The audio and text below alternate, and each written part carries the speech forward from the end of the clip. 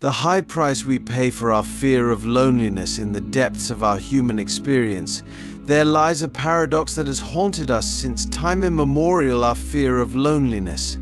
This fear, so primal and yet so complex, shapes our lives in ways we often fail to recognize. It drives us to seek connection, to build relationships, and to create communities.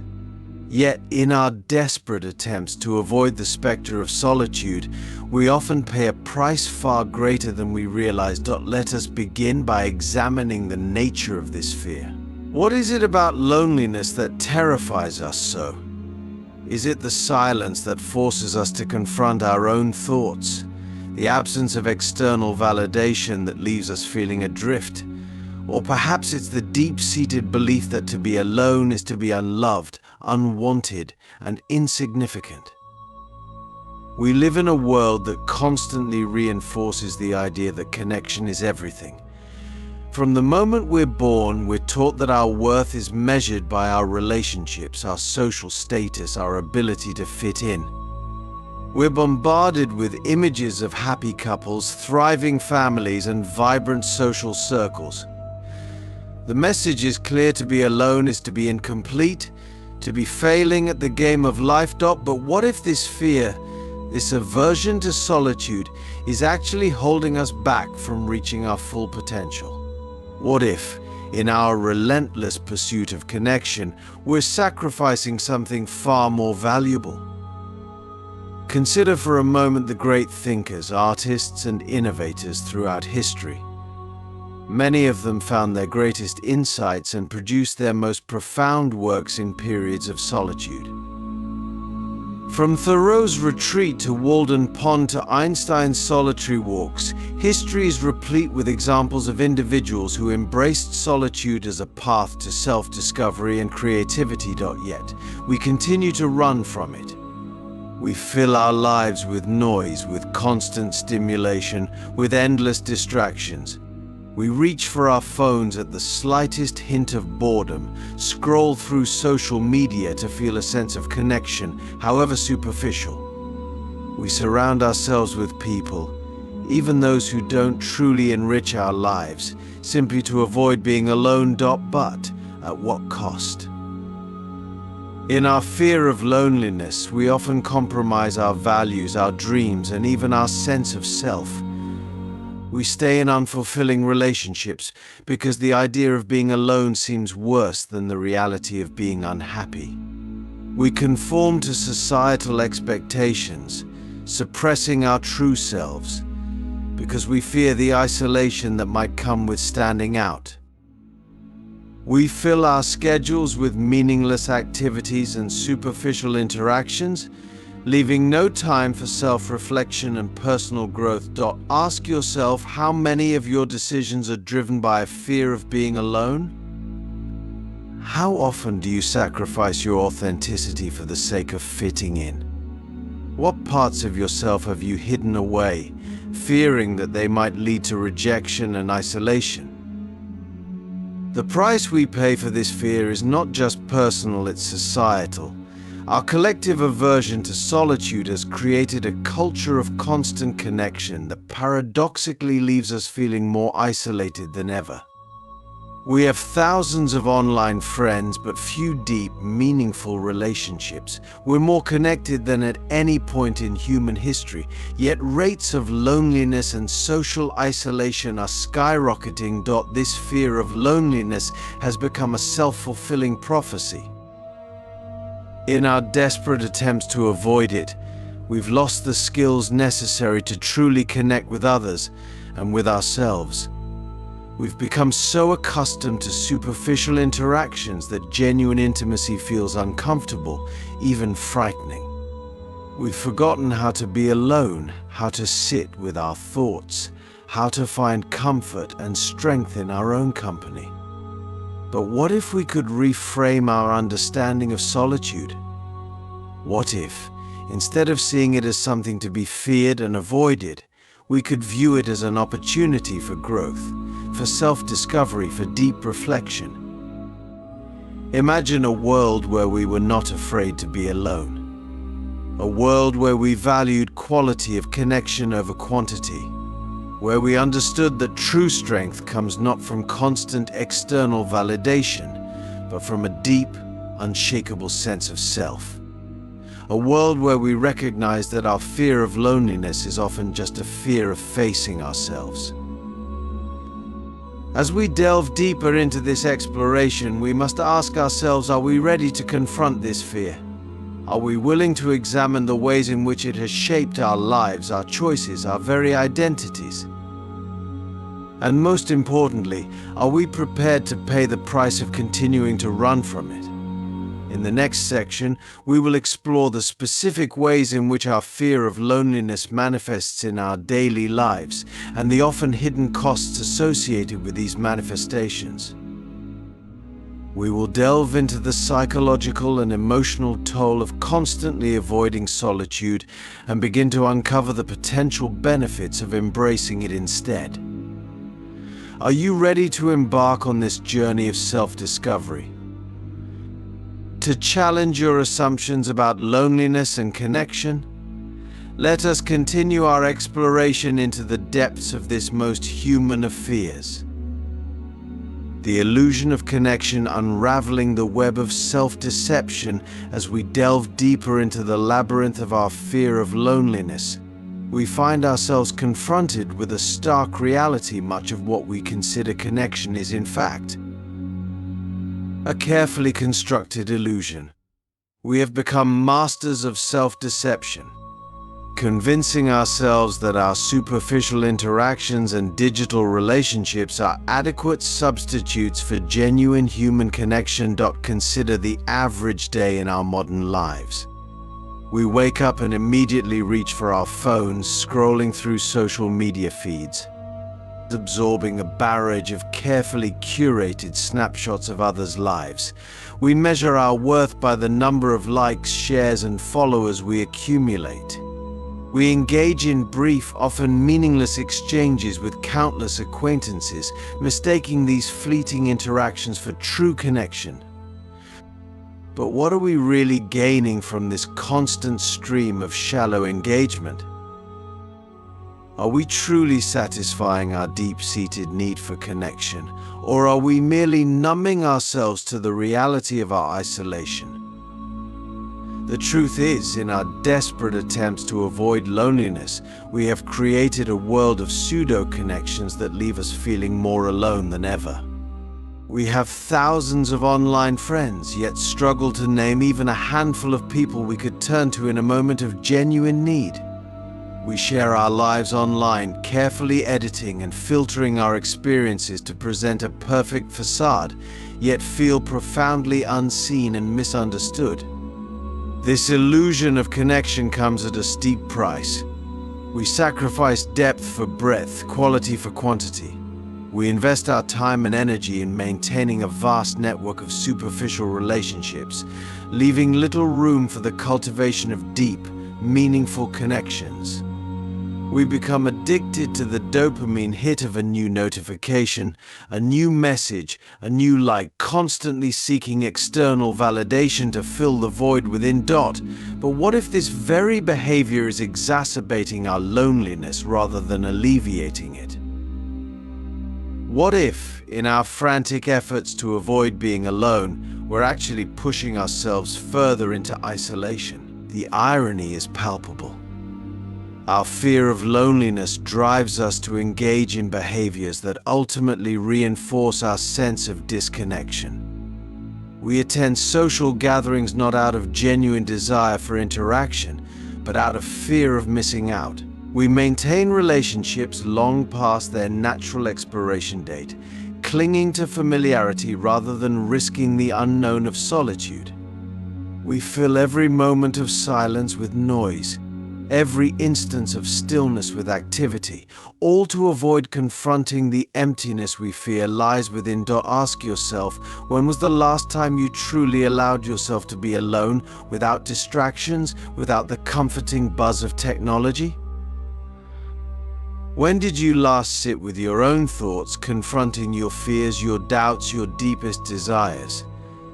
How often do you choose the easy comfort of superficial interaction over the challenging but ultimately rewarding path of self-reflection? The price we pay for this avoidance is not just personal but collective. Our society has become one of constant noise, constant stimulation, constant connection. We've lost the art of solitude, the ability to find peace and contentment in our own company.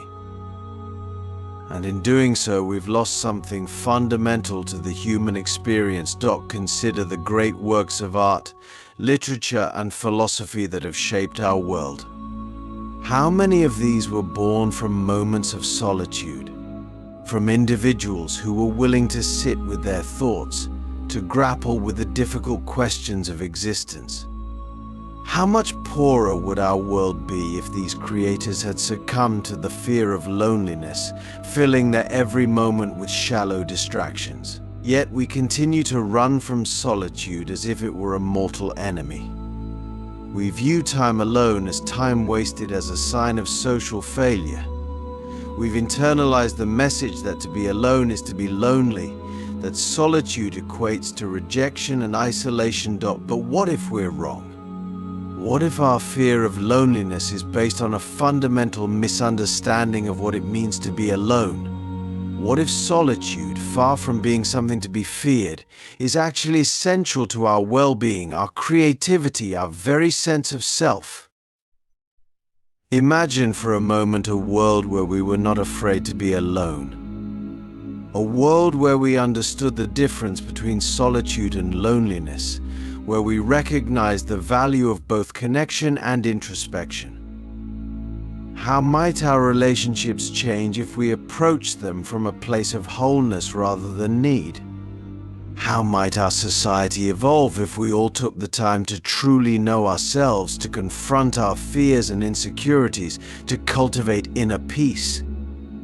The path to this world begins with a simple yet profound shift in perspective. It requires us to challenge our assumptions about loneliness, to reframe our understanding of what it means to be connected. It demands that we have the courage to face ourselves, to sit with the discomfort of solitude until we discover the richness that lies within it.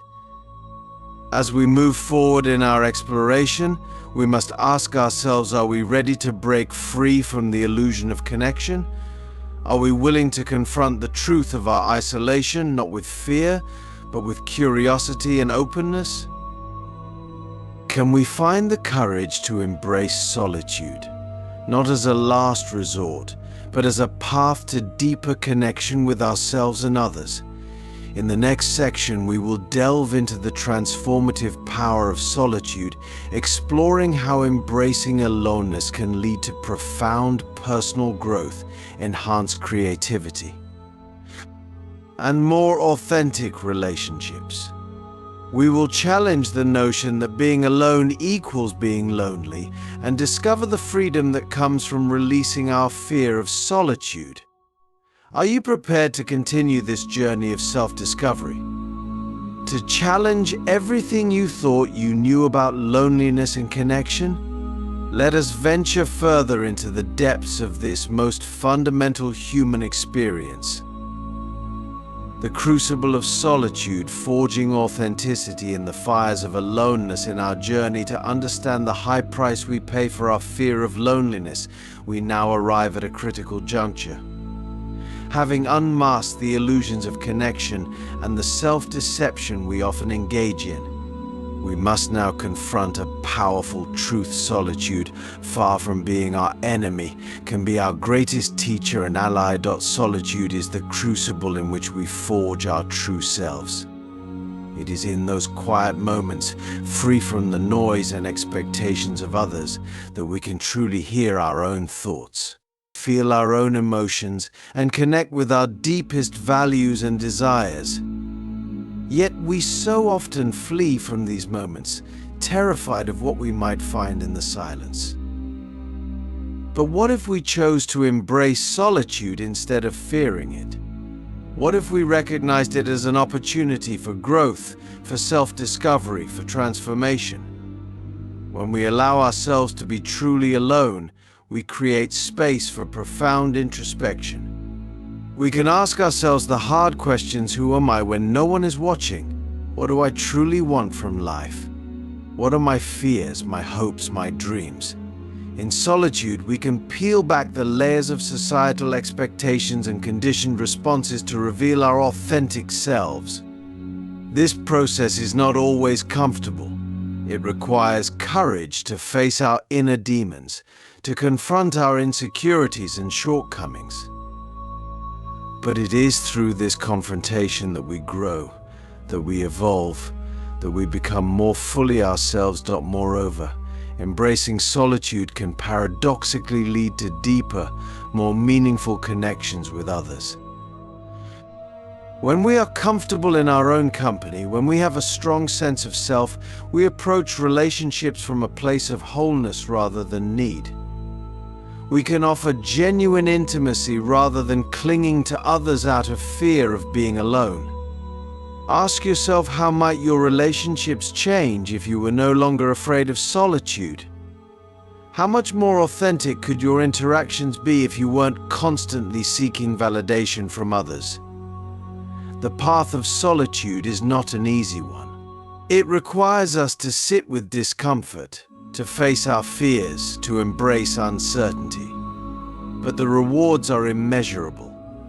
In solitude, we can tap into wellsprings of creativity, find inner peace, and develop a resilience that no external circumstance can shake. As we conclude this exploration, I challenge you to reconsider your relationship with solitude. Can you find the courage to embrace it, to see it not as a punishment but as a gift? Can you recognize that the price we pay for our fear of loneliness is far greater than any discomfort solitude might bring? Remember, true connection with ourselves and with others can only come when we are no longer afraid to be alone. In embracing solitude, we free ourselves from the chains of our fear, opening up possibilities for a richer, more authentic life. Are you ready to step into the crucible of solitude, to forge your authentic self in its transformative fires? The choice is yours. The journey awaits. The alchemy of solitude, transforming fear into freedom. As we reach the culmination of our exploration into the high price we pay for our fear of loneliness, we stand at the threshold of a profound transformation. We've unmasked the illusions of connection, confronted the reality of our self-deception, and glimpsed the power of embracing solitude.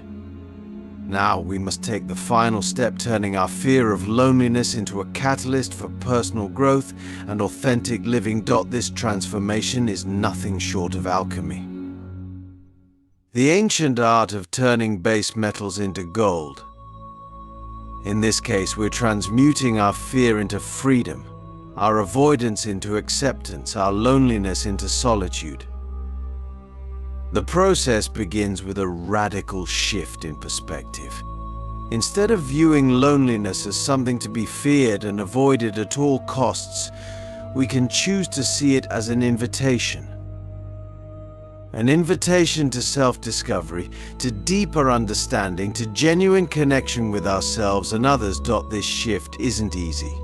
It requires us to confront our deepest fears and insecurities. We must be willing to sit with the discomfort of our own company, to face the parts of ourselves we've long ignored or suppressed. But in doing so, we unlock a power within us that has long lain dormant. As we learn to embrace solitude, we begin to discover its gifts. We find that in the quiet moments, our creativity flourishes. Our intuition speaks more clearly. Our sense of purpose becomes sharper. We start to differentiate between our own desires and the expectations placed upon us by others. Moreover, we begin to approach our relationships from a place of wholeness rather than need. No longer driven by a desperate fear of being alone, we can choose our connections based on genuine affinity and shared values. We become capable of offering deeper, more authentic intimacy because we're no longer using others to fill a void within ourselves. But perhaps the greatest transformation occurs in our relationship with ourselves. As we learn to find comfort and even joy in our own company, we develop a sense of inner peace that no external circumstance can shake. We become our own source of validation, no longer dependent on the opinions or approval of others for our sense of worth. This journey from fear to freedom is not a one-time event, but an ongoing process. There will be moments of backsliding, times when the old fear resurfaces. But with each return to solitude, with each choice to embrace rather than avoid our aloneness, we grow stronger, more resilient, more authentically ourselves. As we conclude this exploration, I challenge you to consider what might your life look like if you were no longer afraid of being alone. How much energy could you reclaim if you stopped running from loneliness and instead welcomed solitude as a friend? What parts of yourself might you discover in the quiet moments? Remember, the price we pay for our fear of loneliness is nothing less than our own authenticity, creativity, and inner peace. But the rewards of embracing solitude are beyond measure. In learning to be alone, we paradoxically become more capable of genuine connection, more attuned to our own needs and desires, more fully alive. The choice is yours. Will you continue to pay the high price of fearing loneliness? Or will you embark on the alchemical journey of transforming that fear into freedom? The path of solitude awaits, rich with possibility, ripe with potential. Are you ready to take the first step?